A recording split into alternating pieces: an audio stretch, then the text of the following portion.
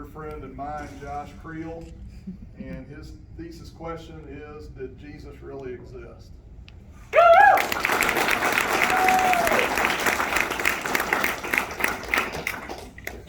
Howdy, y'all. I got a question for you.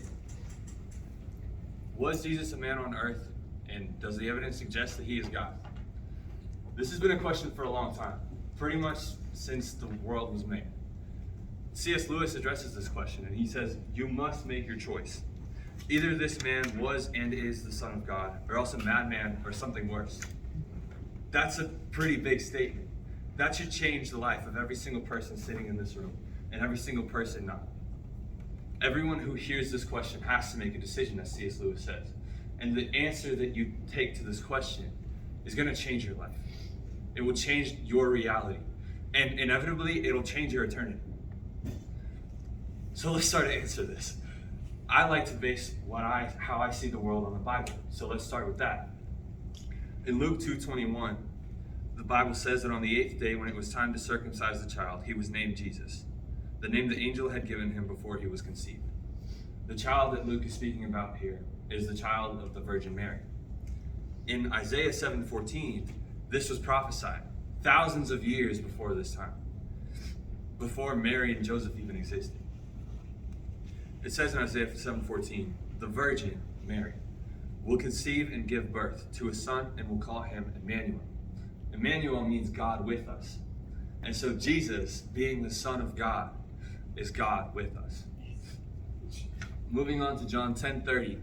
In John 10:30, Jesus says, I and the Father are one, which further states and further solidifies Jesus being God. So now that we know what the Bible says about it, let's see what we can find out about it outside of the Bible. Or we could just take it to see what the Bible is trustworthy or not. Can we trust this text which says so much about this man Jesus?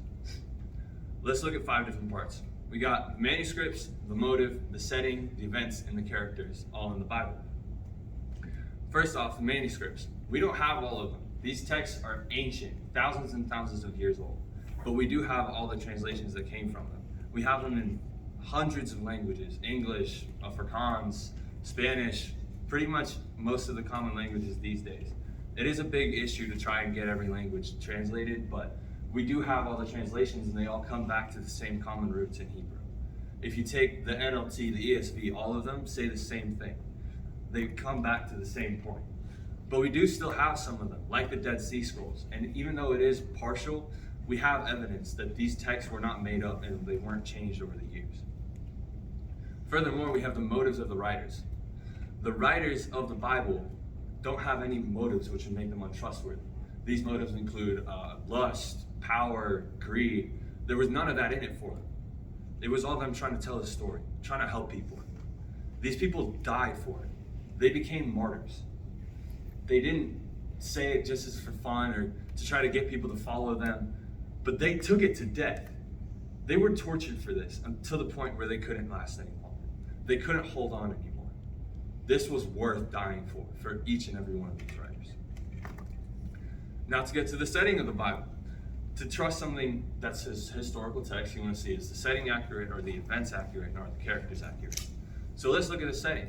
There are still cities around today, and we have excavated cities which are spoken about in the Bible and are pretty much pivotal to stories in the Bible.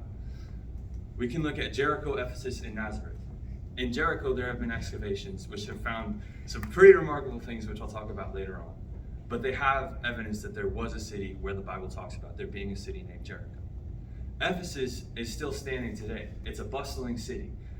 And we also have evidence of there being buildings and sites spoken about in the Bible during the time of the Bible through archaeological findings. Nazareth was also recently excavated by Ben Dark. And they found the Sisters of Nazareth Covenant, which is where they think Jesus was living. Now we can look at the events. A very noteworthy event was an earthquake that happened in the 8th century during the rule of King Uzziah. In Amos 1:1, it speaks about the vision Amos saw 2 years before the earthquake when Uzziah was king of Judah. Encyclopedia Britannica says that says that the king of Judah during that time, the 8th century, was King Uzziah. So we have the time connection. Then we have also Zechariah 14:5 speaking about the same earthquake. So two biblical references. Zechariah 14:5 says, the earthquake in the days of Uzziah, king of Judah. Once again, tying back to King Uzziah. Then we can look at the archaeological evidence for this earthquake happening. They recently excavated a site near the center of Jerusalem, pretty much where Judah was, which has evidence of an earthquake. There's this destruction, these pots that they found on the ground, which fell from a ledge, which wouldn't have happened from a siege, and they wouldn't have happened from any other kind of destruction, but only from an earthquake. Now we can look at Jericho. Jericho is a pretty spectacular story. I came upon this one in my research, and it has changed. I've told this story a lot of times because I think it can really change your view of how accurate the Bible really is. In Joshua 6:20, it says the wall fell down flat so that the people went up it. So they did some excavations, and they found that the wall fell outwards. Now think about it. If you're doing a siege, if you're attacking the city, you're not going to be going inside the city and pushing the walls out. You'll be attacking from outside with catapults and bombs, trying to knock the wall in, knock the wall down, flat into the city, because then you get some more damage, right? But no, what happened in Joshua 6 was the people were walking around the city, blowing trumpets, and eventually on the 7th day, they shouted. Each and every person in the tribe shouted, and the walls fell down flat, as it says in Joshua 6:20. Then, everything was burnt. In these excavations, they found that even grain was burnt. Grain was one of the most valuable things during that time. Gold, silver, all those things were important too. But grain was a really hard thing to make and maintain. But even that they burnt. Because it says in Joshua 6:24, they burned the city with fire and everything in it, except the gold, silver, and iron, because that they put into the treasury of the Lord. They were following the Lord's command. They burnt everything in the city. Now we can look at the characters. Lawrence McKittick, PhD at Purdue, found that there were at least 50 characters with extra biblical evidence. Some of these kings that he found were King Uzziah, which is spoken about in the Encyclopedia Britannica. Then we have King David and King Hezekiah, which are also noteworthy characters from the Bible, who have extra biblical evidence for their existence. But now you're thinking, oh, well, somebody writing the Bible could just add in these people who they knew would have evidence in a long-lasting history. But they even have evidence for smaller characters. Geshem the Arab, pretty much nobody knows who that is. But that's a character in the Bible, and they have extra biblical evidence for him. Now we can talk about the character that I've been talking about this whole time, Jesus. Jesus has lots of extra biblical evidence. But the most important ones are written by Tacitus, which was a Roman historian, and Josephus, a Jewish rabbi who was working with the emperor. Tacitus writes in his writing about a man, the leader of the Christians. The leader of the Christians is obviously Jesus. Christians are the same word. So Tacitus, a historian, is writing about Jesus.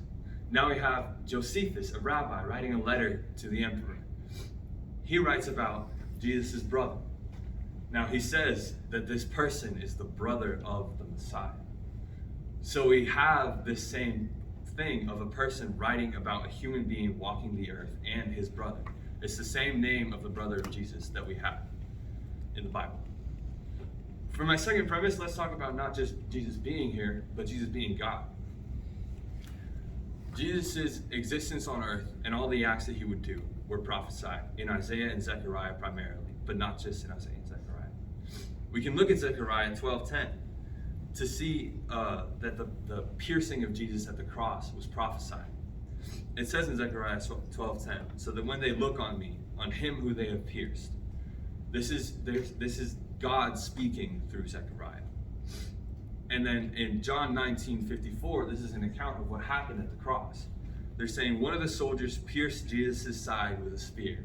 There you go. It follows through. It's the same story. Jesus was pierced at the cross. Then we also have the prophecy of the virgin birth. In Isaiah 7:14, it says, the virgin will conceive and give birth to a son and will call him Emmanuel. I've used this verse before. But then, again, in Luke 2:21, it's saying on the 8th day, he was named Jesus. This child of Mary, this virgin birth, he was named Jesus. It's the same person we've been talking about this whole time. He's been prophesied thousands of years before. Something as specific as getting pierced in front of a crowd at the side by a spear. Thousands of years before.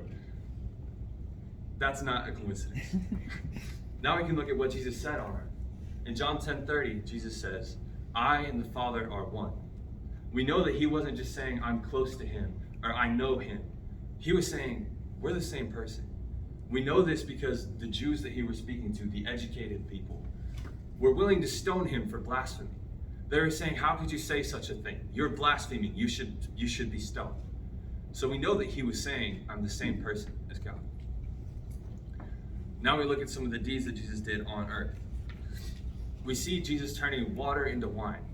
Pretty different things. But he was at a wedding in Cana, and his mom said, hey, we're out of wine. You got to make some more. And he's like, well, it's not my time yet. But then he's like, okay, it's my mom. I got to listen to my mom, right? So in John 2:7, Jesus said to the servants, fill the jars with water. So they filled them to the brim. These were just ceremonial jars, really big jars, but they just filled them with water. And then in John 2:9, it says the water that had been turned into wine.